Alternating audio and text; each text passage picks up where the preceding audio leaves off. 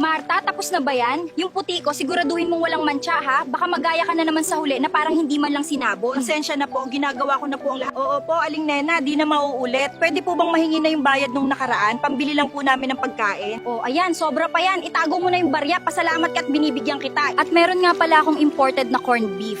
Kukunin ko lang sa loob. Nako, salamat, Nena. Di pa kami nakakatikim ng imported. O ayan, imported na corned beef. Galing Dubai pa yan. Para naman makatikim kayo.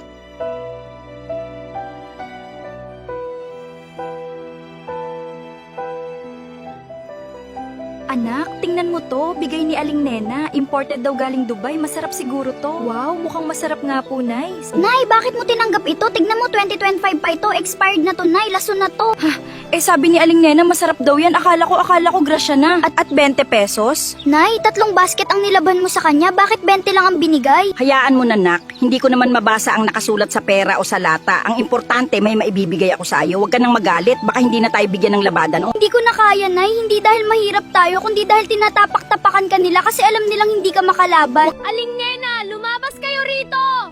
Aling Nena, lumabas kayo rito! Ano bang isinisigaw mo dyan, bata ka? Ito po! Ito po ba ang kabayaran sa pagod ng nanay ko? Expired na pagkain at 20 pesos para sa maghapong pagkakayod. Tao po ang nanay ko, hindi basurahan! Sa susunod na lulukuhin niyo siya, ako ang makakalaban niyo. Hindi ko kailangan ng limos niyo kung ang kapalit ay ang buhay ng nanay ko! Anak, tama na. Nay, hindi mo kasalanan na hindi ka nakapag-aral. Pero kasalanan nila na wala silang puso. Magugutom tayo, pero hindi tayo kakain ng basura galing sa mga taong akala mo ay kaibigan. Patawarin mo ako, anak. Wala akong silbi. Nay, ikaw ang pinakamahalagang tao sa mundo para sa akin. Ako ang magiging mga mata mo, Nay. Ako ang magiging panulat mo. Salamat, anak. Pasensya na po, Aling Marta, sa istorbo.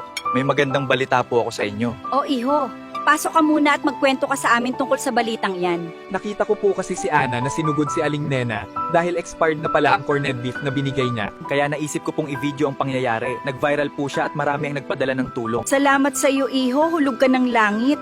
Hindi talaga kami pinababayaan ng Panginoon. Mahal na mahal kita, Inay. Ikaw rin, anak ko. Gagawin ko ang lahat para sa iyo.